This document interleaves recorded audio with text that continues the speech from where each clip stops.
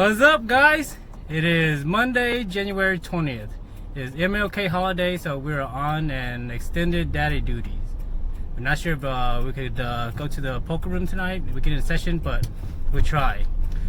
But we're on the way to a gym with Mr. Datwin, my good friend and also co-founder of our app. So business partner, and we work out, do a lot of things together. So let's talk about a hand that we played this weekend. This was from a session I played on Friday. It was a really bad session. Played 5 hours. I knew everybody on the table except one unknown, all grinders, so it wasn't worth staying around for after losing a few hands. So the first hand we go is I have pocket eights under the gun, and I've been running bad, so I have the feeling this hand is it. I'm gonna hit my set. So I play deceptive and raise it to 30 to look like a stronger hand than it really is. And we get a few callers, and the effective stack is about $400 from the button. So everybody calls and the button calls, and the flop comes 8, 9, queen, all clubs. We have the 8 of hearts and 8 of spades. So let's see here. The pot is around. We have 4 callers, so the pot is around 120. I see bet to 65. Everybody folds, and the button, who is an unknown, calls. Turn comes a brick, let's just say 2 of diamonds. At this point, the unknown has around $355 left, and so we decision time, right? Do we bet or do we check here to pot control? And if we look at the ranges of hands that we beat, any ace of club with a pair, any gut shot with a club, any 2 pairs, any pair plus gutter. So we beat a lot of ranges, but then the ranges that we lose to is, of course, flushes and Jack 10 for straight. So the amount of hands that we lose to, the amount of hands that we win outweighs the amount of hands that we lose significantly. So this is a bet. So I bet 105, and the unknown goes all in for 355. And of course we call. River comes 6 of clubs. We have no clubs. Seems like we've been in this spot so many times. The unknown flips over king 10 of clubs. We were already drawing. We were already behind, and we were drawing. But this hand is to show you that you gotta range people and see whether your ranges is beating most of their ranges or whether it's behind a lot of their ranges, and then you will know how to value bet or to pot control. And at that point, that's when I realized there's only one unknown here on the table. This game's not gonna get any better, so I just racked up my chips, left. Another loser for the day, about $830 loser for the session. So that was the Friday session. We did manage to sneak in a Saturday and Sunday session, but I'll save there's not that many interesting spots, so I'll save the hand history for tomorrow. So we're at the gym. It's time to hit the gym.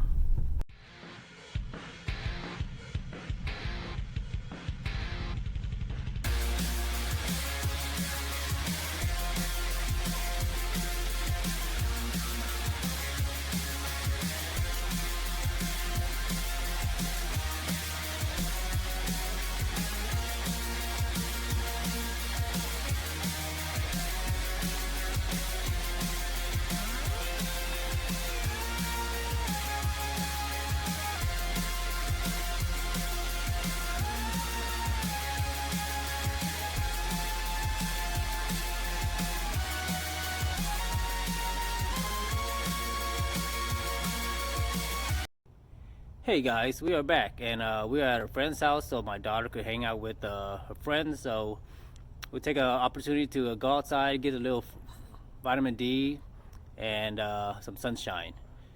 So we'll start this the topic of contemplation off this week with the idea of self-cultivation, and that we can actually use poker as a way to self-cultivate. And I hope that if you've been following my videos and blogs, you can see that my goal is to motivate you to get physically fit as well as mentally fit. So when we cultivate ourselves, what do we want to do? Well, first we want to find our patterns and habits, right? We are all creatures of patterns and habits from the day we were born. The way we think, the way we act, the way we talk, and the things we do are all, you could say, almost autonomous. We don't really know what we're doing most of the time, right? When we go to the movies, we're eating and watching movies, but we're really not paying attention to the fact that we're eating or at the movies. And this happens throughout our life, throughout our days as well, where we're just doing things without fully aware and having the intentions of it. So if we want to cultivate ourselves, what we need to do is start to be aware of our patterns and habits. And then once we get that, we can start to develop different patterns and habits so that we could work on it, and eventually we get better and our awareness grows. But it's hard to cultivate yourself when you're constantly doing so many things and rushing through life and hurrying through life. So you need to find a way to slow down. And the best way is at a poker table, where it's a lot easier to stay focused and do one task at a time so that you could practice giving all your attention to one activity. And if we could use an opportunity at the poker table to just kind of slow down, play poker, stop looking at our phone, stop reading, stop texting, and focus on one thing, playing a hand and observing. And as we do this, our awareness grows. And once we get to another level of awareness, then we start to see our actions and our habits and our tendencies throughout life. And then when we start to see others, and we start to see how they behave in the same patterns and the same habits that we didn't recognize before, and now we just start to recognize. And if we could recognize this, then we can start to see how much value some of these things really have that we are holding on to, that we're trying to do.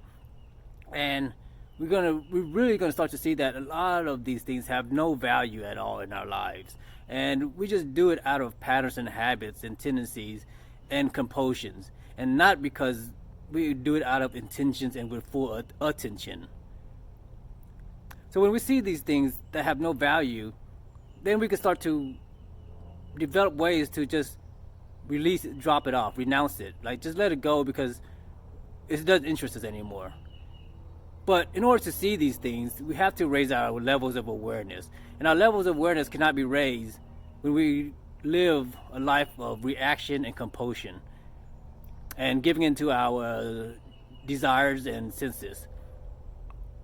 So if we want to be mentally fit and to cultivate our minds, then we need to be more disciplined in giving into our senses so that we are not just doing things out of compulsion and have no control over self-control. And it doesn't mean that you shouldn't give into your desires all the time, but before you do give into it on impulse, reflect on it a little bit and see how much value those desires and those compulsions really have to your life. And most of the time you're going to realize that it doesn't have no any value to it, and it's just out of reactions and out of habits.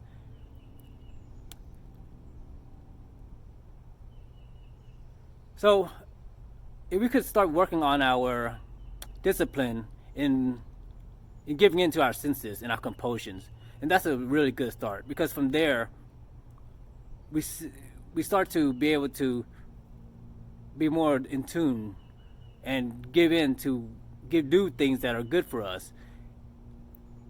And once we start doing these things, and we could do it with full intentions and awareness, then we can start and we'll be able to reflect on these things more and more deeply, because we are actually acting and not reacting. And as we reflect it gives us the ability to change, because we see things before that we haven't seen before. So I hope that I am motivating you to slow your life down, to watch what you're doing, and to be more attentive in what you do. And that's it for now. I hope we start winning soon rather than later. And let's go.